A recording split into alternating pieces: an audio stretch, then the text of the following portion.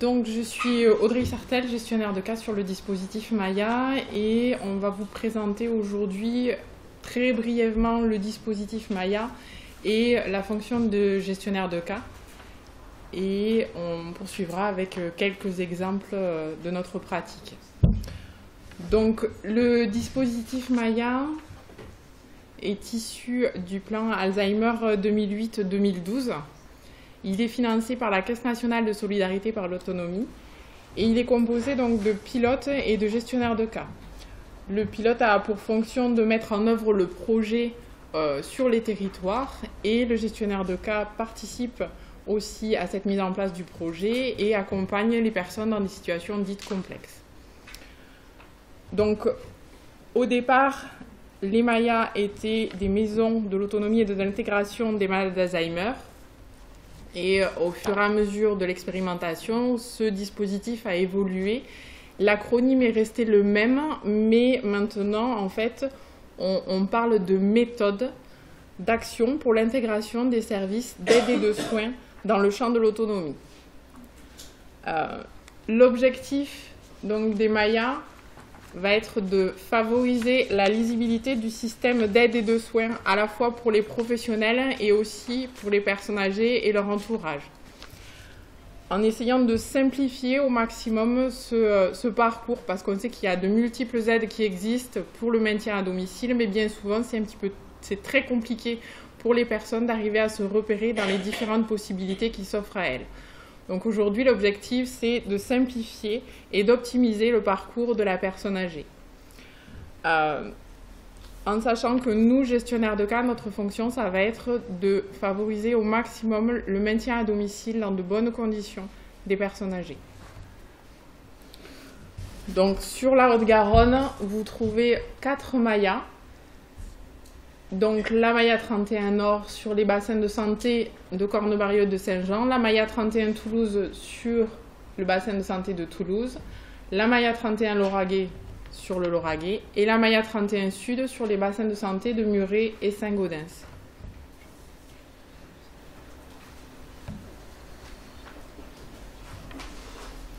Laura, je te laisse là-bas. Donc les objectifs de la gestion de cas, en fait, qui est une compétence mise à disposition par le dispositif Maya, par la méthode de travail, c'est avant tout d'améliorer la continuité, l'accessibilité et la coordination des interventions autour de la personne qui va être accompagnée.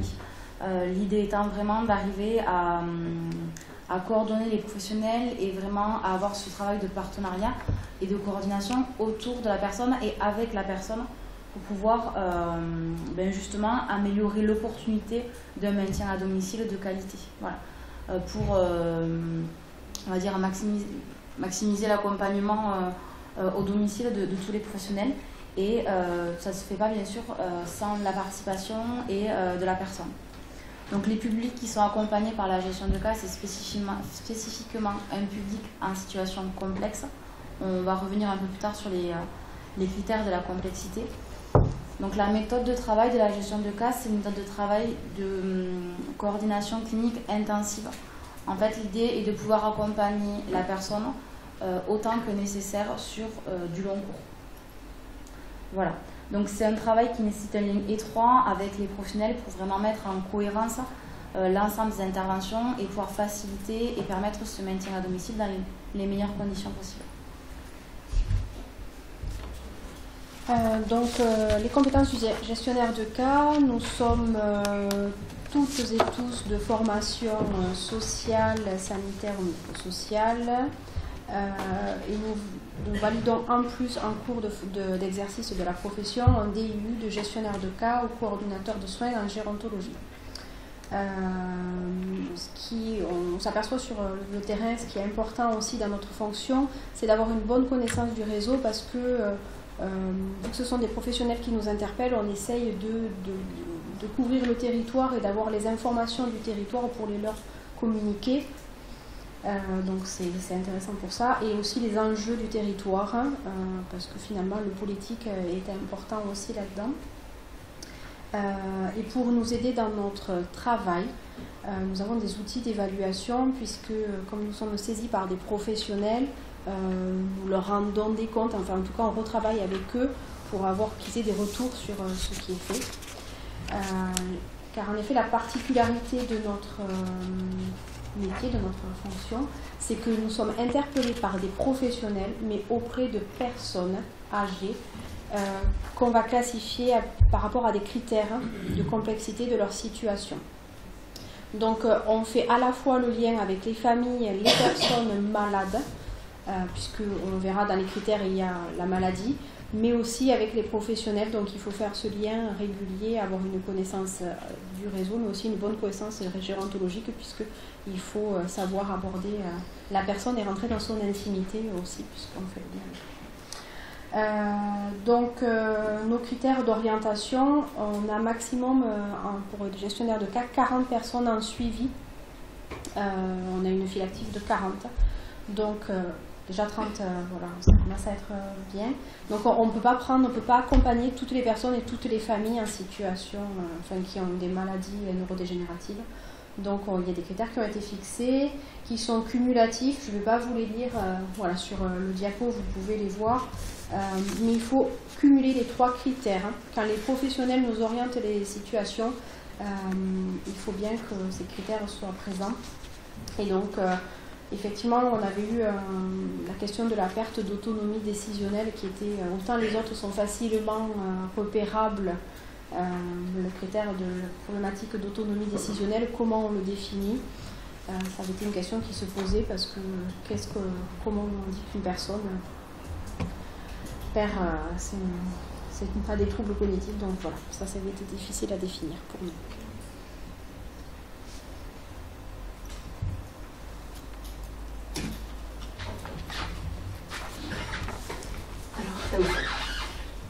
Donc la gestion de cas, elle est dans la continuité. Comme on vous disait, on prend en charge la personne jusqu'à la fin de sa vie, l'entrée en EHPAD. Donc c'est un travail au long cours. On est toutes dans un accompagnement différent. Pour moi, ça fait quand même 4 à 5 ans que j'accompagne les personnes. Donc il y a des suivis qui peuvent être longs et qui sont aujourd'hui de 4 à 5 ans. Donc ces suivis sont mis en place dans l'espoir que ça fonctionne, mais on n'est pas des super professionnels, on n'a pas de baguette magique. L'important pour nous, c'est de connaître la personne, de connaître sa vie, ses proches, de mieux prendre en compte ce qu'ils souhaitent pour son devenir, que ce soit de rester à la maison, de travailler une entrée en EHPAD, de repartir peut-être dans la famille. C'est d'être à ses côtés. On fait au mieux avec les professionnels qui sont présents au même titre que nous. Nous, comme vous le disiez tout à l'heure, on n'a pas un objectif précis, on a le temps et l'accompagnement, on n'est pas là pour une prestation, ce que je voulais préciser. Donc ça nous permet, des fois, d'avoir ce rôle de neutralité, d'être là pour la personne et sa famille, des fois d'être aussi régulateur. Ça peut se faire notamment en réunion de concertation, puisque les personnes, on les suit à domicile, dans leur intimité.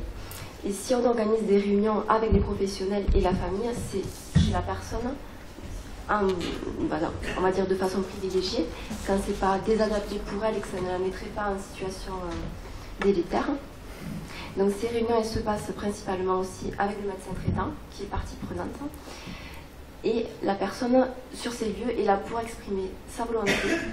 Et c'est souvent des moments qu'on peut peut-être redouter ou qu'on a du mal à anticiper en fonction des réactions de chacun. Mais souvent, ce que les personnes peuvent nous en dire, c'est qu'ils se sentent enfin écoutés, qu'ils ont leur parole. Et voilà, pour des fois des choses qui pouvaient être angoissantes, ce n'est souvent que positif et constructif pour la suite. Ces réunions permettent de prendre des décisions qui peuvent être parfois compliquées, puisque c'est vrai que la gestion de cas, c'est des situations complexes. Donc il peut être décidé justement des entrées en EHPAD, de décider d'accompagner des personnes à aller visiter les maisons de retraite, mais aussi à savoir ce qu'elles veulent pour la fin de leur vie. Donc l'objectif, c'est aussi d'éviter les ruptures de continuité. Notre travail nous permet d'accompagner les personnes à l'hôpital, lors des hospitalisations, de faire le lien avec les services, d'être présent au moment, on va dire, les plus délicats, les plus difficiles pour eux, pour éviter de perdre, pour eux, ces repères et ce sens. Donc ça nous permet, ce poste en tout cas, cette chose importante de maintenir le lien où que la personne se trouve.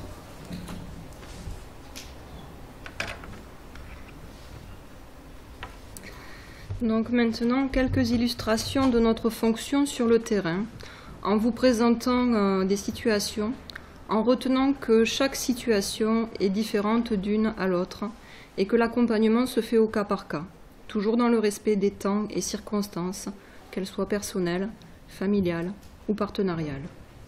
Donc je vais vous parler d'une dame qui est âgée de 67 ans. Elle est célibataire, sans enfant, et elle vit avec ses 2 frères et sa sœur handicapés de naissance. Tous les 4 sont célibataires.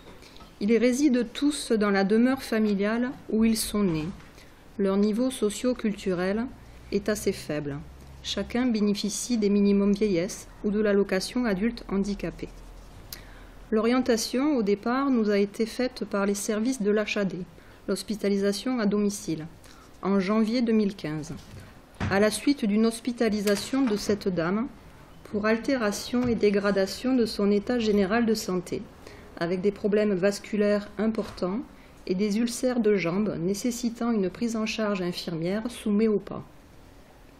Elle-même et son entourage familial ayant refusé la prolongation de son hospitalisation, ce retour à domicile s'envisageait dans des conditions précaires du fait du refus de soins, de traitements et des aides proposées. À cela se rajoutait la vétusté du domicile, un domicile ancien, pas adapté, sans chauffage récent, sans eau chaude, sans salle de bain accessible, avec des chambres à l'étage et un logement encombré et sale. Mais encore, le problème d'un habitat en zone rurale et montagneuse, isolé, à distance du village et des premiers services de soins, cabinet médical, infirmier, pharmacie et commerce. Mais encore, une absence de droits ouverts, pas de mutuelle, pas d'avis d'imposition, pas de suivi administratif. Il y avait aussi le risque du retrait du cabinet infirmier, l'arrêt de la prise en charge de l'HAD et le refus d'intervention du kiné en raison de l'état de ce logement trop dégradé. Si on reprend nos critères de la gestion de cas, on pouvait dire que cette situation était instable et compromettait le maintien au domicile en raison d'un problème de santé relevant du champ médical, ayant un retentissement sur l'autonomie fonctionnelle.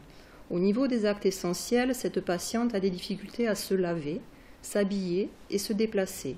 Au niveau des activités de la vie domestique, elle a des difficultés pour faire ses courses, son ménage, le repas, la lessive, le traitement, son administratif et son budget, et alertée. Au niveau de son autonomie décisionnelle, d'une part, c'est au niveau personnel. Elle a des difficultés à évaluer ses risques, ses besoins, exprimer ses souhaits et son projet de vie au regard, d'autre part, de son environnement familial.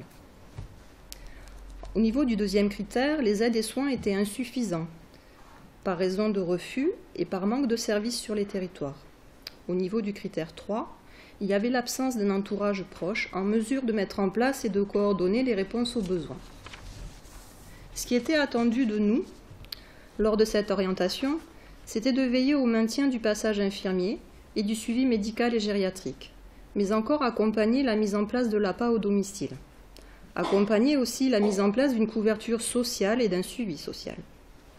Et comprendre l'organisation systémique de cette fratrie, dans le sens de leur position, leur rôle et le partage.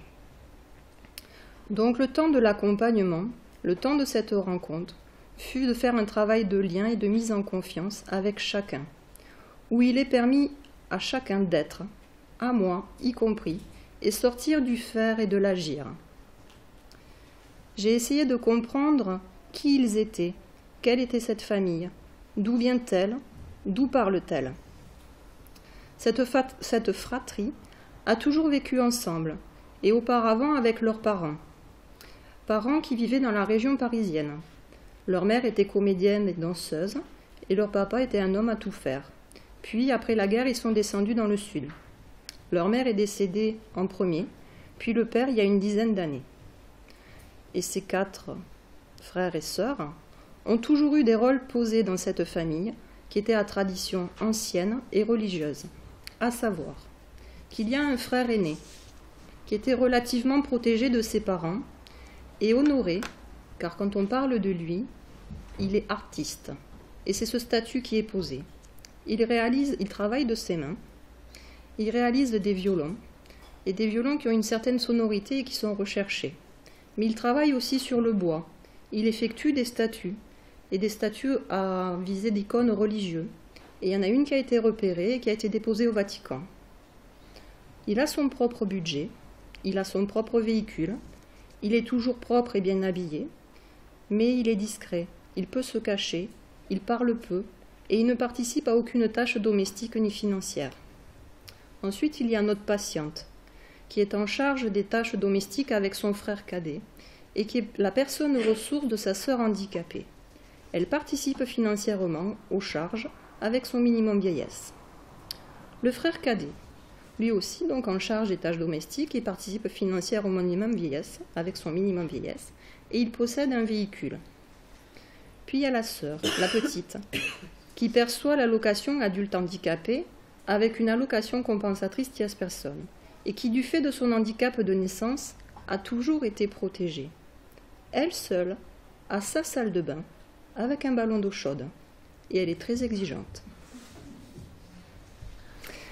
Mais la perte de santé de madame, et au cours de l'accompagnement maintenant aussi de son frère cadet, entraîne des difficultés et renverse les rôles et fonctionnements dans ce système familial. On pourrait s'attendre à ce que le frère aîné et la petite sœur soient ou essaient d'être en capacité de repenser leur aide, leur participation et le partage des tâches. Mais ils sont quand même les deux à être les plus réticents à l'introduction d'aide et d'accompagnement au domicile, en faisant culpabiliser les deux autres. Et, malheureusement pour madame aussi, en lui reprochant de manière verbale certaines choses, mais peut se mêler aussi, des fois, des coups physiques. Donc madame témoigne parfois de ses souffrances et de ses difficultés relationnelles, mais elle porte sur elle ce poids et se laisse aller avec beaucoup de tristesse et de nostalgie. Sa volonté est de se maintenir chez elle jusqu'à son décès. Pour revenir par rapport aux attentes que l'on avait lorsqu'on nous a sollicité lors de l'orientation et suite à notre évaluation, nous pouvons dire que nous rencontrons encore des problématiques.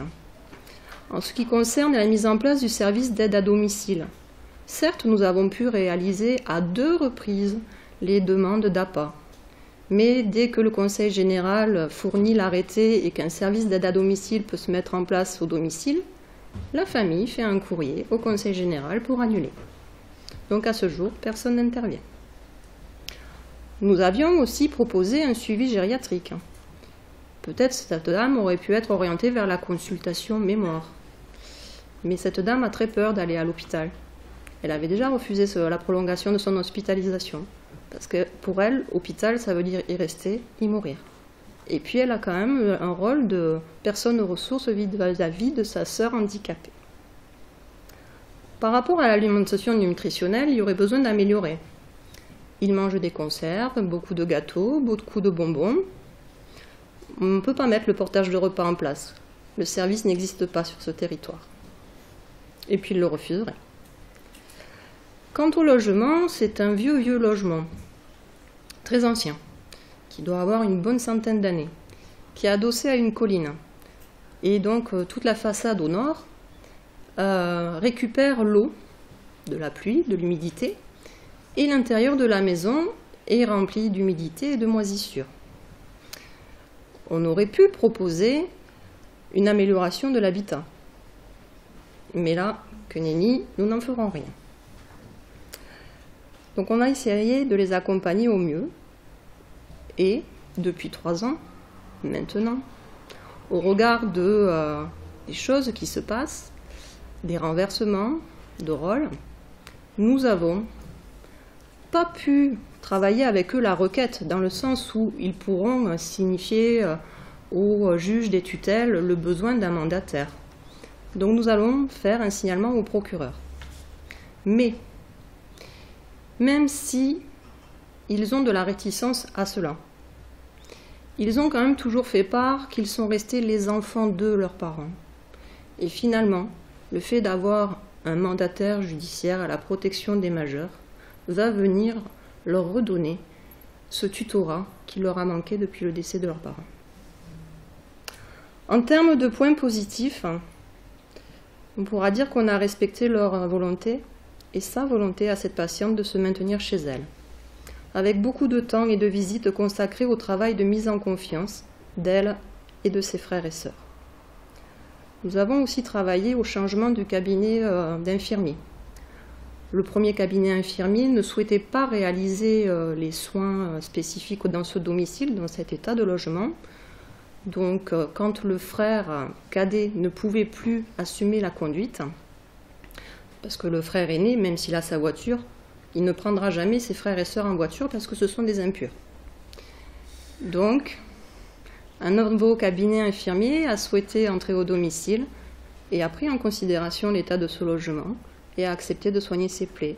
Aujourd'hui, cette dame ne va plus en consultation plaies et SICA parce que ça se passe à l'hôpital et que ça lui fait peur.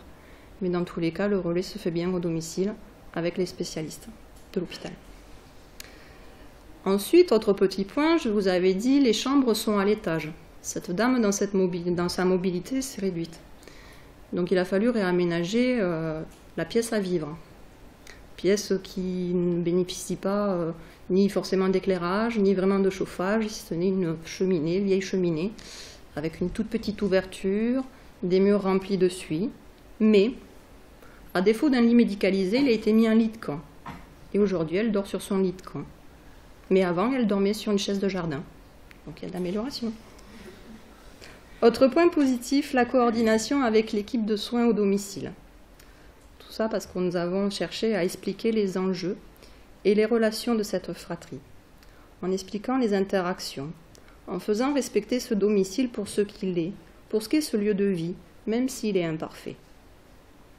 Et puis après, autre point très positif, c'est quand même tous ces temps d'échange avec cette fratrie, où on a cherché à dire, à nommer, à mettre en lumière, à soutenir cette famille malgré les pertes, mais aussi impliquer et favoriser la coopération de chacun et leur nouveau mode de fonctionnement.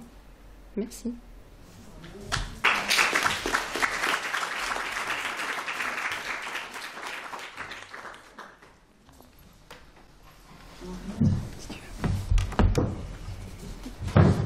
Oui, alors des réactions, des questions de... Vous en voulez une autre? Vous voulez une autre situation? Alors on a le temps, oui, si vous avez une seconde. Ce que je voudrais dire, juste avant que vous présentiez l'autre situation, c'est toute l'humanité et toute la délicatesse de vos interventions. J'ai le plaisir de superviser vos équipes et de travailler avec vous. Et vous êtes dans une Maya qui pense avec un E. Et ça, c'est intéressant. Donc, je vais vous présenter une autre situation qui est en gestion de cas. C'est une dame qui a été orientée par la consultation mémoire au mois de mai 2016. C'est une dame qui, au moment de l'orientation, avait 80 ans. Elle vit seule dans une commune proche de l'agglomération toulousaine. Elle a 2 enfants, un qui vit en région parisienne, un fils, et une fille qui a été absente très longtemps auprès de sa maman depuis une dizaine d'années et qui, au moment de l'orientation, a refait surface dans la vie de sa maman avec son passé propre et une appartenance à une congrégation religieuse. Donc, au moment de l'orientation de cette situation, les problèmes en fait, qui nous ont été apportés, les problématiques apportées par l'orienteur, étaient un problème d'isolement de la personne, un problème d'une dame qui est dans l'anosognosie de ses difficultés, donc qui est dans le déni de sa pathologie et qui refuse en fait la mise en place des aides sur le domicile. Donc on est sur une dame qui accepte qu'on puisse venir chez elle pour la rencontrer, qui accepte de voir du monde, mais qui refuse qu'on mette les choses en place au domicile. Donc les attentes par rapport à notre intervention et par rapport à la gestion de cas étaient de pouvoir justement négocier la mise en place de ces aides et accompagner madame à la mise en place de ces aides, de faire aussi une évaluation du maintien à domicile, parce que c'est vrai que la vision de la consultation mémoire était sur l'hôpital. Vous voyez madame dans le cadre de la consultation, mais n'avait pas de vue sur le domicile, et de pouvoir venir soutenir un peu l'aidant. Donc au moment de l'orientation, l'aidant était le fils qui habitait à Paris et qui voyait sa mère se dégrader au fur et à mesure du temps, qui ne souhaitait pas déraciner sa maman du sud pour la faire remonter vers Paris, parce que ce n'était pas le souhait de sa maman. Donc, lors de la première visite, en fait, on a pu faire vraiment un bilan et un point sur l'ensemble des besoins. Et donc, effectivement, ont été recensés plusieurs besoins. Donc, le premier était la nécessité d'avoir des auxiliaires de vie pour madame, parce qu'on avait une dame qui était persuadée de continuer à sortir tous les jours pour aller faire ses courses, qui était persuadée de cuisiner tous les jours ses repas, et en fait, il n'en était rien, elle sortait de moins en moins. On avait un seul intervenant au domicile à ce moment-là, qui était un cabinet infirmier, qui passait uniquement le matin de très bonne heure. Parfois même, madame était encore couchée, donc il ne la voyait pas forcément, et qui déposait le traitement. Voilà, c'était le seul moment où il y avait une personne extérieure dans la situation. Donc l'idée était aussi de pouvoir peut-être accompagner madame vers l'extérieur et mettre en place des temps comme de l'accueil de jour ou des halteries pour lui permettre de continuer à avoir un lien social et de la faire sortir à l'extérieur. Donc cette orientation a eu lieu en mai 2016. La première visite n'a pu se faire qu'en juillet 2016 parce que le fils en fait a fait venir sa maman en région parisienne et voulait lui prendre un logement autonome sur Paris. Sauf qu'au bout d'une quinzaine de jours, la cohabitation ne s'est pas très bien passée. Et puis n'étant pas le projet de vie de madame, elle est revenue donc dans le sud. Donc on a fait une première rencontre, ça s'est plutôt bien passé. On a réussi donc à force, voilà, donc c'est une dame chez qui je suis allée toutes les semaines dans un premier temps, pendant plusieurs mois. On a réussi à avancer un petit peu et à force d'échanger, elle a été d'accord pour faire une instruction pour un dossier à pas. Donc on a mis ça un petit peu ça en place et sa fille est venue en fait à ce moment-là vivre dans la même ville que sa maman et était présente au quotidien sur le domicile. Donc la complexité en fait par rapport à cette situation, ça a été que ce qui était négocié, travaillé avec madame et accepté par madame, parfois même en présence de la fille, était mis à mal en fait dès que moi je partais du domicile, la fille allait à l'encontre de tout ce qui avait pu être dit. Donc il y avait des choses qui avaient été mises en place et qui du coup ont été un petit peu retardées du fait, on va dire, du frein de la fille en fait. Donc au fur et à mesure du temps, malgré tout, on a mis des choses en place, donc de l'accueil de jour, on a mis en place un portage de repas et à un moment donné, la présence de cette fille a posé un petit souci dans le sens où on avait mis plusieurs intervenants en place. Et les intervenants étaient tout le temps censés m'appeler en disant voilà, la fille de madame nous a appelé, elle ne souhaitait plus qu'on intervienne, mais madame nous dit qu'elle veut qu'on intervienne, elle nous harcèle de coups de téléphone, elle nous impose de travailler comme ça et comme ça. Donc il a été nécessaire de faire un petit peu un recadrage en fait. Donc c'est là où ce qui a été important en fait, c'est de pouvoir accompagner la fille de madame et de faire comprendre à la fille de madame qu'on n'était pas là en fait pour placer sa maman, mais bien pour la maintenir à domicile. Donc, et il y avait quelque chose notamment de très important dans l'accompagnement, c'était qu'on était en train de travailler la mise en place d'une mesure de protection. Parce qu'il s'avère que madame avait des mouvements d'argent assez importants sur son compte. Jusqu'à peu, son fils avait la procuration, elle lui a enlevé. Donc c'est vrai qu'il y avait des inquiétudes par rapport à ça. Et en fait, la fille était contre ça, prônant à sa maman qu'à partir du moment où elle serait sous tutelle, elle n'aurait plus accès à ses comptes et qu'on allait la mettre en établissement quelque part pour s'en débarrasser un petit peu. Donc ça a été très compliqué de faire entendre à la fille la nécessité de protéger sa maman en lui expliquant bien évidemment qu'elle n'allait pas être mise sous tutelle pour être mise en EHPAD, mais bien pour la protéger et pouvoir continuer ce maintien à domicile. Et en fait, lors de cet entretien un petit peu de recadrage avec madame et sa fille, je me suis rendu compte qu'il existait un très gros conflit en fait avec entre le frère et la sœur. L'un accusant l'autre volontairement de voler l'argent de la maman. Donc, pour essayer un petit peu de solutionner ça, la réponse a été de dire je vais m'allier en fait avec les professionnels, non pas du domicile, mais de l'hospitalier, parce que madame, elle allait quand même en consultation mémoire. Et du coup, avec le gériatre, on a convenu de faire une petite réunion de famille et de travailler ensemble dans l'acceptation de cette mesure. Donc, nous sommes arrivés en grand groupe à la consultation mémoire. Donc, le fils de Paris a fait des déplacements avec son épouse. la fille de madame, le gériatre et moi-même donc pour la consultation. Et ce jour-là, on a pris le temps nécessaire d'expliquer aux enfants et d'expliquer notamment à la fille que l'idée c'était pas de mettre à mal sa maman mais bien de la protéger. Donc on a affaire ici à une fille qui a été absente pendant 10 ans du domicile pour des raisons qu'on ne connaît pas et qui en fait n'accepte tout simplement pas la pathologie de sa maman. Voilà. Moi quand au début je la connaissais, elle me disait que c'était pas une maladie d'Alzheimer, que c'était pas possible, qu'il existait des traitements et que le gériatre faisait fausse route. Donc c'est vrai que dans cet accompagnement, le travail se fait à la fois avec madame et à la fois avec sa fille en fait qui elle est présente au quotidien au domicile de madame. Donc les choses elles ont avancé un petit peu et en 2017 on a réussi à faire la requête donc qui a été signée par madame en présence de ses 2 enfants lors de cette fameuse consultation mémoire. Et on a eu un mandataire de nommer et madame est sous tutelle depuis le début de l'année. Ça se passe très bien. On a réussi, en parallèle de ce travail de mesures de protection, à mettre en place des heures d'auxiliaire de vie. Donc il y a un premier essai qui avait été fait début 2017, qui avait été un échec, parce que madame les avait mises à la porte. Elle les avait acceptées, à partir du moment où elles ont discuté, qu'elles ont bu le café pour un peu miser en confiance, à partir du moment où elles ont voulu faire des choses dans le domicile de madame, ça a été merci, au revoir, et elle les a mis à la porte.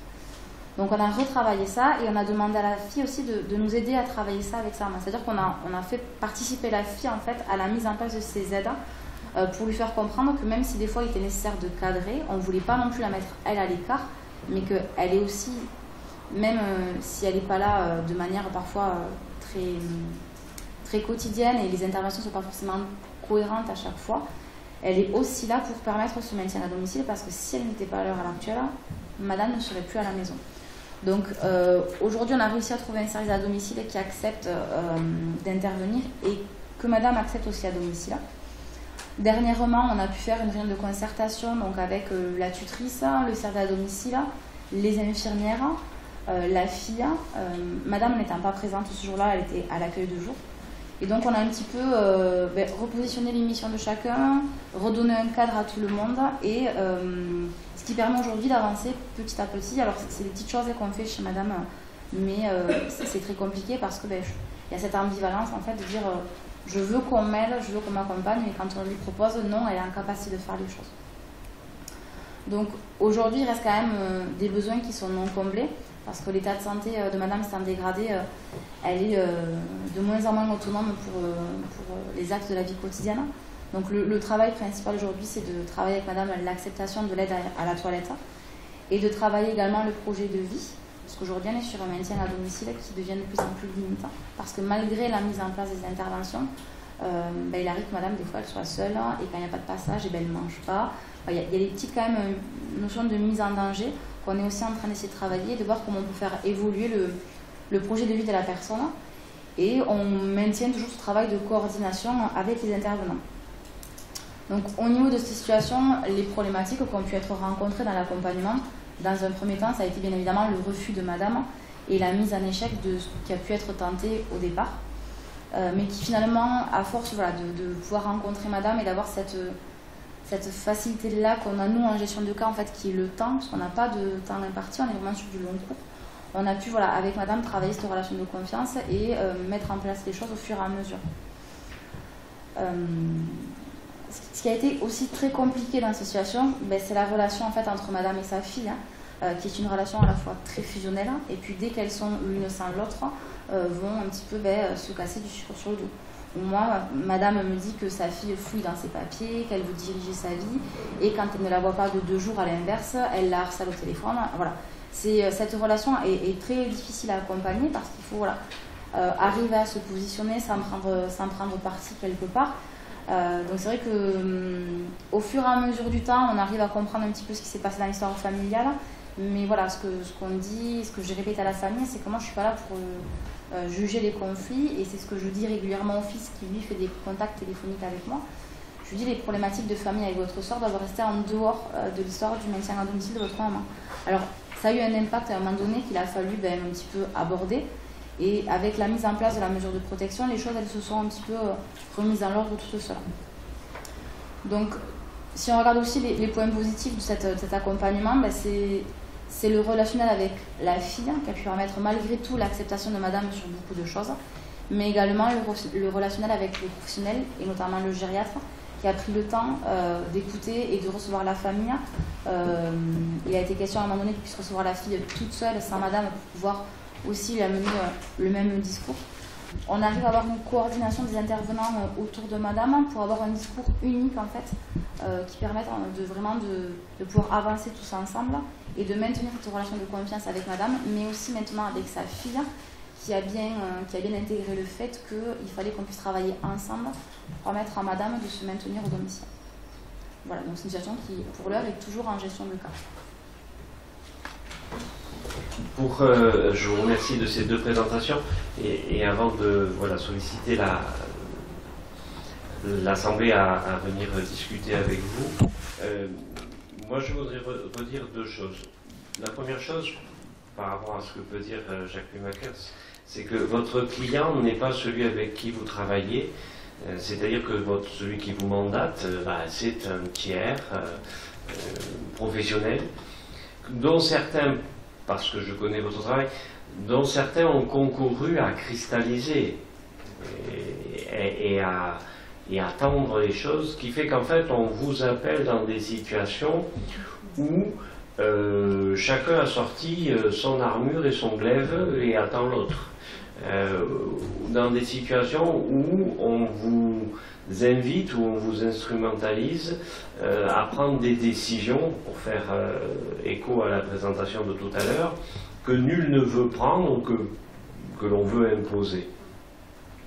Et ce que je trouve très intéressant, et vous, à mon avis, vous ne dites pas assez, vous êtes trop modestes les unes et les autres, c'est toute l'humanité, toute la délicatesse avec laquelle vous allez ramener quelque chose de difficilement quantifiable, mais qui fait son effet, c'est-à-dire la souplesse du lien.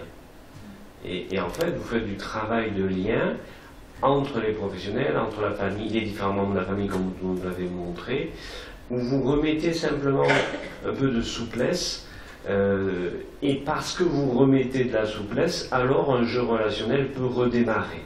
Vous arrivez dans des situations qui sont bloquées, on ne va pas ici théoriser longuement, mais dans des structures dissipatives qui sont à l'équilibre, à l'écart de l'équilibre, et en fait parce que vous remettez de la souplesse, parce que vous remettez de la dynamique, sans juger, parfois en bousculant les gens, par les mesures de protection, mais une fois que l'alliance est faite, eh bien ça remet de l'humain, ça remet du lien, du travail du lien, et comme le travail du lien peut se refaire, alors pour les gens, eh bien, la vie prend un sens. Et votre accompagnement se réalise. Et moi, ce que je trouve de merveilleux dans votre travail, c'est toute cette délicatesse et toute cette finesse avec laquelle vous faites ce travail du lien. Comme vous l'avez dit, dans le temps, on n'est pas pressé, voilà. Et que vous n'arrivez pas avec l'idée que vous devez apporter la solution pour laquelle on vous a mandaté, mais vous vous octroyez un espace de travail, un espace réflexif, qui est votre espace que vous appelez Maya, où effectivement, dans cet espace-là, eh bien, quelque chose se met au travail, mais il se met au travail parce que vous le faites. Et ça, c'est vraiment très... C'est pour ça que je suis très heureux que vous ayez accepté de venir présenter ce travail. Et moi, je veux souligner cette façon de faire qui est une façon de remettre du lien dans des choses qui sont très tendues, très conflictuelles. Voilà. Des réactions, des questions de la salle? Oui. J'avais deux petites questions. Je voulais savoir si le lien existait dans d'autres départements, dans tous les départements de France ou régions, premièrement. Oui, ok. Alors, au fur et à mesure, les territoires sont couverts. Je crois, sont couverts des pilotes, mais il me semble qu'en France, là maintenant, les territoires sont couverts. On est 3 gestionnaires de cas sur chaque pôle Maya, avec un pilote. Et voilà. Et en tout cas, la région Midi-Pyrénées, Occitanie même maintenant, est couverte. Merci. Et la deuxième question, c'était est-ce que vous bénéficiez de travail d'analyse de professionnelle, de supervision?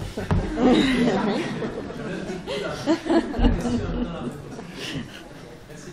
nécessaires. Il y a des groupes d'analyse de la pratique, il y a aussi, pour certaines, elles ont des supervisions ou régulations aussi. Excusez-moi, ça marche pas. Et on est encadré aussi par un psychiatre, un neurologue de l'urgence. Voilà, on a des groupes experts. Voilà. Là, c'est plus des avis techniques, mais encadrés par le Et après, c'est une des rares fonctions qui inclut dans notre référentiel d'avoir de l'analyse de pratique. Le gestionnaire de cas dans notre référentiel est inclus l'analyse de pratique puisque de fait, ça nous oblige à nous remettre constamment en question et à nous repositionner au niveau éthique.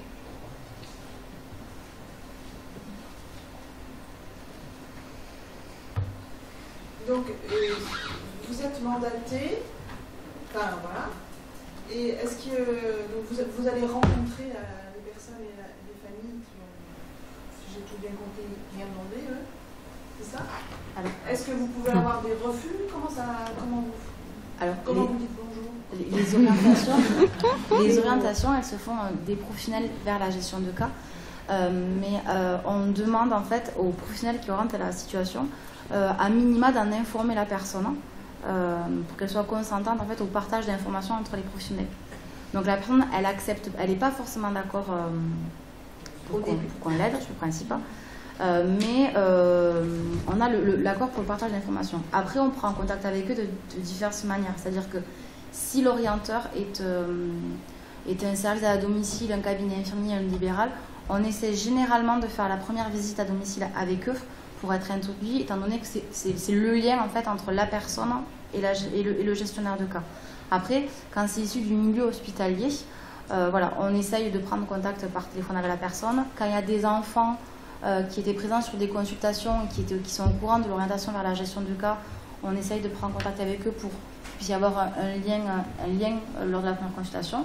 Et puis il y a des fois où on va à la porte de la personne, on prend un refus, un deuxième refus, un troisième refus, puis au quatrième, elle peut ouvrir, et puis sinon elle nous reçoit sur le pas de la porte. Et enfin, il n'y a pas de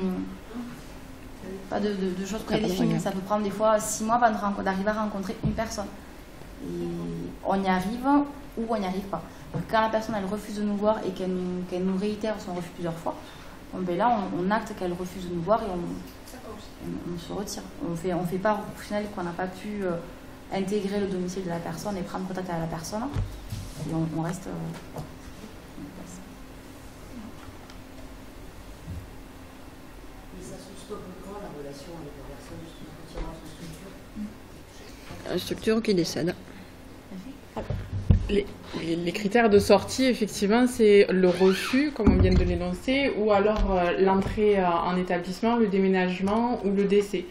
Et dans le cas, effectivement, des entrées en établissement, en fait, on ne va pas sortir la personne de la gestion de cas dès qu'elle est rentrée en établissement.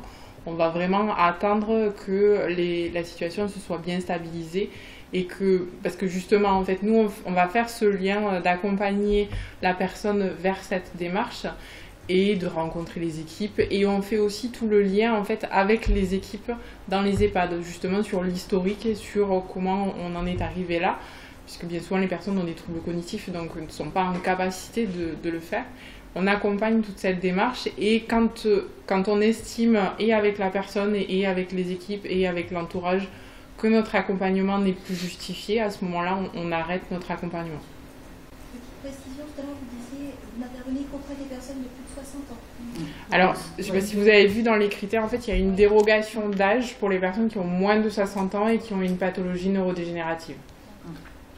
Et effectivement, dans ces situations, on sait que le système n'est pas adapté pour proposer des solutions à ces personnes de moins de 60 ans. Donc du coup, en fait, la gestion de cas et le suivi au long cours prend toute son importance, d'où cette dérogation. Voilà. Je n'ai pas compris pourquoi les critères, c'est que la situation ne soit pas en crise. Alors, si c'est une crise, c'est médical. En fait, oui, c'est le terme de crise médicale, notamment. Le terme de crise médicale, c'est-à-dire que nous, on n'a pas nos fonctions de métier d'origine, on n'est pas infirmière, on n'est pas médecin. On veut que d'abord la situation médicale aiguë soit traitée. On ne peut pas intervenir sur une urgence où ça nécessite une hospitalisation. Et en fait, J'ai quand même l'impression que votre action démarre toujours à partir d'une crise. De type crise. Alors, en fait, oui, mais en fait, on précise qu'on n'intervient pas en situation de crise parce qu'on ne va pas solutionner la crise de manière immédiate. En fait, on veut spécifier que nous, on a besoin de temps pour faire notre évaluation, pour faire cette mise en confiance, et que c'est pas parce que nous, on intervient sur une situation que de suite, on va apporter des solutions.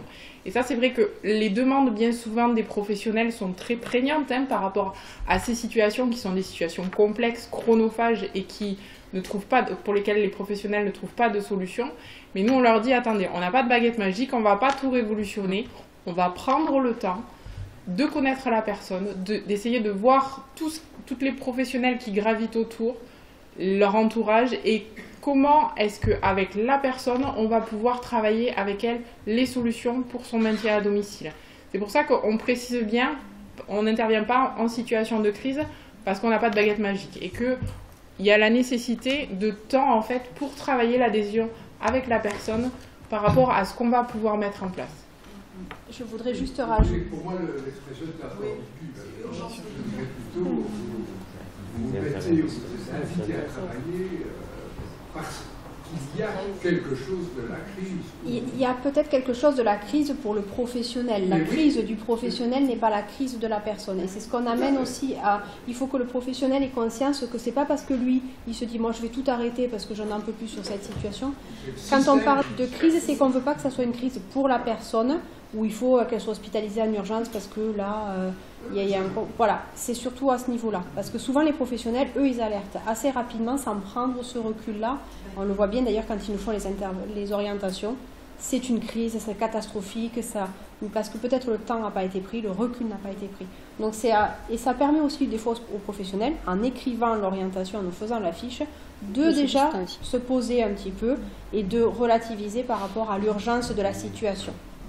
Et il y a critères d'orientation parce que la gestion de cas n'est que le dernier recours en fait qui est possible pour les professionnels. C'est-à-dire que il faut qu'avant tout ce qui pourrait être tenté puisse être tenté.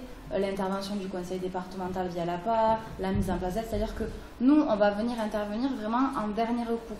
Et du coup le rôle aussi de la gestion de cas, ça va être aussi de ramener les responsabilités à chacun et de venir co-responsabiliser les professionnels. C'est-à-dire qu'à un moment donné, s'il y a vraiment une crise médicale, c'est pas la gestion de cas de la régler. Ça va être au médecin traitant, de sa responsabilité de médecin traitant, de solutionner la crise médicale, et après seulement on pourra nous intervenir. Donc l'idée aussi de la gestion de cas, c'est que c'est vraiment le dernier recours sur le possible des aides. J'entends bien. Mais alors ça me ramène aux interventions qui précédaient. Ce que je pense être intéressant dans le travail de Caroline, de Cécile, c'est que là, le psychologue, d'entrée de jeu, est dans un rôle de gestion du cas. D'entrée de jeu. Alors comment se fait-il qu'on laisse multiplier les interventions en parallèle sans que d'entrée de jeu, il y ait quelque chose qui réunisse et qui travaille la coordination? Je pense qu'il y a des réponses qui vont être données cet après-midi, puisque théoriquement, c'est le rôle des PTA. Mais je ne veux pas dévoiler et déflorer le propos de M.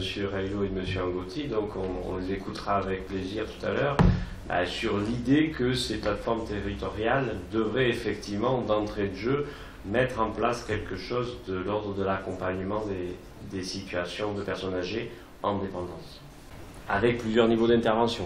Et ce qu'on peut préciser aussi, c'est que nous, une partie de notre fonction, en fait, c'est d'identifier aussi les problématiques système.